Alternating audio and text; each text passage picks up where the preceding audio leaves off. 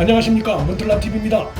더불어민주당 윤미향이 29일 자신에게 쏟아진 의혹 관련해 기자회견을 하면서 40분 내내 핵심 의혹에 대해 아니다로 일관해 그렇게 잘못이 없고 당당하다면 그동안 왜 숨어있다가 21대 국회 하루를 앞두고 그것도 자세한 설명은 검찰 수사를 이유로 두루뭉실 넘어가는 식의 기자회견을 가졌는가 하는 국민적 비판이 거세게 일고 있습니다. 집권당도 검찰 수사를 지켜보자며 윤미향을 감싸며 윤미향 사퇴를 요구하는 70%에 달하는 국민 정서와 괴리된 태도를 드러냈습니다. 그런데 28일 대통령 문재인과 여야 원내대표 간 회동에서도 윤미향 문제가 거론됐던 것으로 미래통합당과 청와대 대변인의 발표로 확인됐습니다. 주호영 원내대표가 이날 대통령 문재인에게 이 정권이 한일 합의를 무력화하고 3년째 아무런 노력도 하지 않았다. 오히려 위헌 상태를 지속하고 있다. 그 과정 중에서 보상과 관련해 피해 할머니들의 입장을 제대로 반영하지 않은 문제점이 있고 그런 관점에서 윤미향 사건도 나왔다고 현 정부의 무책임한 방관자적 태도를 비판했습니다.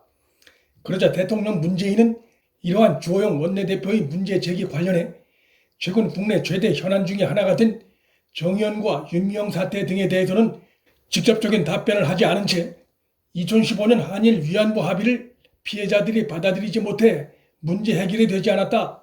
운동을 주도한 할머니들 사이에도 견해가 달랐다. 당시 위안부 할머니들과 사전에 합의 내용을 공유했으면 받아들였을 수도 있는데 일방적이었다는 등 특유의 과거 정권 탓, 할머니들 탓을 하는 책임 전가식의 해명만 한 것이 양측의 대언론 브리핑을 통해 확인되고 있습니다. 일본을 공격할 땐 피해자 중심주의를 강조하더니 현 정부가 3년째 피해자의 문제 해결 요구를 사실상 방치하고 있다는 지적에 대해선 지난 정부의 한일 합의가 잘못됐다는 식의 여전히 과거 정권 탓을 하는 책임 회피성 답변을 내놓은 것입니다. 이런 가운데 29일 아침 한겨레 신문에 실린 한 기고문이 눈길을 끕니다. 청와대나 민주당 또 그 밖의 친여권 인사들의 시각과는 크게 다른 점을 보이고 있는 이 기고문의 첫머리에서 아시아 평화와 역사연구소 한혜인 연구위원은 이달 들어 2차례에 걸쳐 이뤄진 이용수 할머니의 기자회견을 일본군 위안부 문제를 역사의 심연에서 처음 끌어올린 1991년 8월 14일 김학순 할머니의 첫 증언만큼 여성운동사에서 매우 중요한 사건으로 받아들여야 한다고 말머리를 열었습니다. 기고자인 한혜인 연구위원은 그동안 위안부 피해 관련한 이야기를 하는 것은 위안부 할머니들이었지만 문제 해결의 주체는 지원단체나 정부였고 그런 의미에서 할머니들은 수동적 존재였다고 지적했습니다. 이어 한 연구위원은 이번 이용수 할머니의 증언은 결이 크게 다르다면서 정의연이 주도적으로 이끌어왔던 기존의 운동 방식을 비판하며 스스로 위안부 문제를 정의하고 운동 방향을 정하려는 주체적 의지를 표현하고 있다며 커다란 의미를 부여했습니다. 그는 지난 30년 동안 정대협 정의연을 중심으로 이어진 운동이 피해 당사자 이용수와 얼마만큼 문제의식을 공유했고 실제 얼마만큼 피해자의 치유와 회복에 기여했는지 되소개별 기회이기도하다며 정대협 정의연의 운동 방식이 피해자들과 괴리감이 있었음을 지적했습니다. 그는 이용수 할머니는 그동안 정신대, 성노예라는 규정을 피하고 저는 이용수입니다라는 말로 자신을 소개하곤 했다. 그러나 이번 공개 증언에선 격앙된 목소리로 나는 정신대가 아니고 생명을 걸어놓고 끌려간 더럽고 듣기 싫은 위안부라고 자신을 규정하며 여성들에게 부끄럽고 미안한 일이라고 소개했다며 이용수 할머니의 발언을 소개하면서 지난 30년 운동이 피해자들에게 위안부 피해는 부끄럽고 더러운 일이 아니며 당신의 잘못이 아니고 미안한 일이 아니라고 위로해 왔으나 그 위로는 아직 그에겐 도달하지 못했다라며 피해자 중심이 아닌 활동가 중심의 정의연 활동, 그래서 피해자들과 거리감이 생기고 겉돌았던 문제점을 지적했습니다. 이어서 그는 이용수 할머니는 위안부 문제에 대해 일본 정부의 사죄와 배상이 필요하다는 원칙적 입장을 고수하고 있다. 그것이 절실한 이유는 그 스스로 25일 회견에서 밝혔듯 그래야만 자신이 위안부라는 누명을 벗을 수 있기 때문이다라며 이용수 할머니는 매우 흥미로운 발언을 쏟아냈다고 했습니다. 즉 이용수 할머니가 일본과 한국은 이웃나라입니다. 이 학생들이 무엇 때문에 사주에 배상을 해야 할지 알아야 할 것 아닙니까?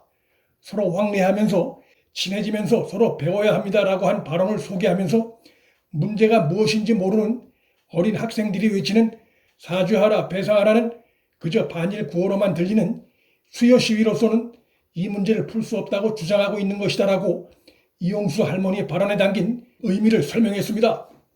이어 한 연구위원은 1441회까지 이어져온 수요 시위에서 도드라진 목소리는 일본 정부의 공식 사죄와 법적 배상이었다. 이용수 할머니도 이 주장의 정당성엔 공감하지만 이 주장을 더 이상 수요 시위와 같은 방식이 아닌 다른 방식으로 하자고 운동방침의 커다란 전환을 호소하고 있는 것이다라고 했습니다. 이 연구위원회 기고문에 따르면 이용수 할머니는 다른 할머니들과는 달리 지원단체에 속하지 않고 독립적으로 활동해왔다. 이 문제를 해결하기 위해 대학원을 갖고 국회의원이 되려고도 했다. 그러나 공적 지위는 얻지 못했다며 지난 30년의 운동은 이용수 할머니에게 인권운동가라는 바람직한 피해자로 남아있기를 원했다며 이 할머니의 보다 넓은 장소에서의 활동을 가로막은 벽의 존재에 대해 거론했습니다. 그는 이런 막다른 골목에 달하는 여성 인권운동가 이용수가 내릴 수 있는 결론은 무엇이었을까라고 반문하며 더럽고 부끄러운 위안부로서의 시간을 보낸 이용수 할머니는 생의 마지막 순간을 바라보는 시점에서 젊은 일본 학생들에게 어렵게 화해의 손길을 내밀었다. 그의 결론은 일본이 책임을 지고 배상할 때까지 자신의 역사를 바로 알리는 한일 청소년 교육을 하는 것으로 일본과 화해를 하자는 것으로 읽을 수 있다.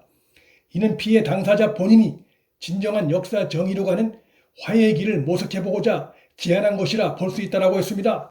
친여 성향 매체인 한겨레가 실은 정부와 정의연의 위안부 운동의 문제점을 비판하고 이용수 할머니의 주장에 힘을 실어준 이 같은 내용의 기고문은 윤미향을 감싸고 도는 문재인 정권에게 당혹감을 줄 수 있는 내용이라 할 수 있습니다.